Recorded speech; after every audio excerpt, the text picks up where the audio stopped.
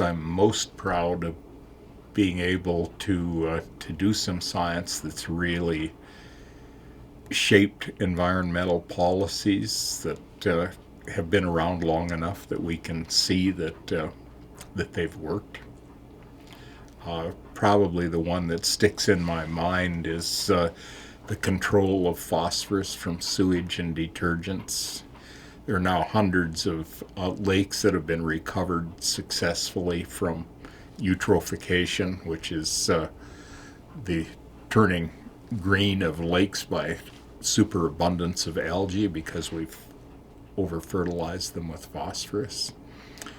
And the work that we did in Ontario in the experimental lakes clearly showed that you could control that by controlling one element. And of course, we ran into the usual resistance from industries, in that case, the detergent industry, because all of their detergents were based on phosphorus.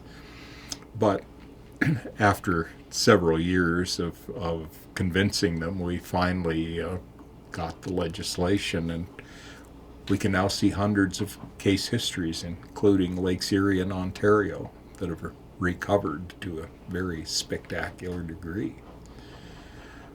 Unfortunately, we still see some of the same problems going on. We cleaned up the east, but the problem moved west.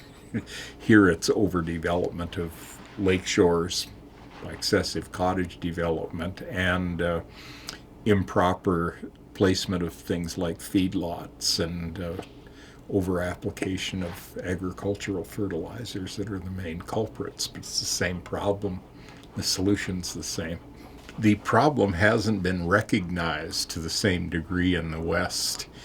And I think people are just starting to realize that it's a simple problem to solve if you have the will. Most of the problem here has happened in the last 20 years. I think two things happened. One, we got good roads that can take us from here to Lakeland in 2 hours.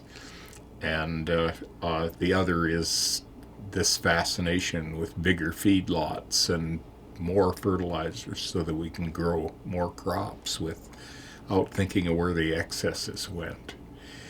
And to a large degree, the bad decisions are still made by municipalities.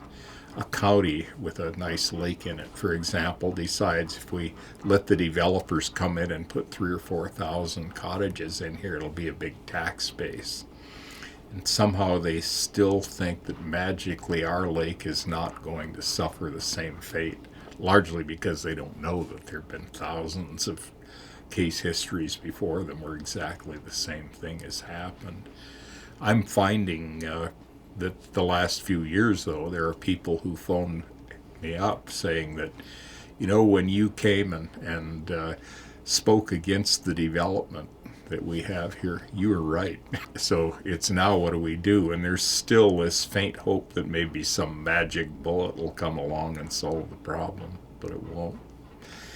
They can solve the problem, but they'll have to in some cases, they can solve it by just making some simple modifications to what they're doing.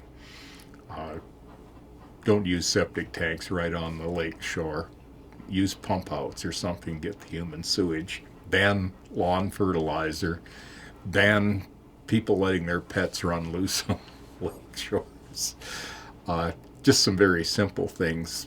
Usually people aren't patient enough. I tell them, it's probably going to take 20 years to clean that lake up. It took you that long to mess it up, and I think it's reasonable to expect recovery time will be the same. But I think the message is beginning to get through.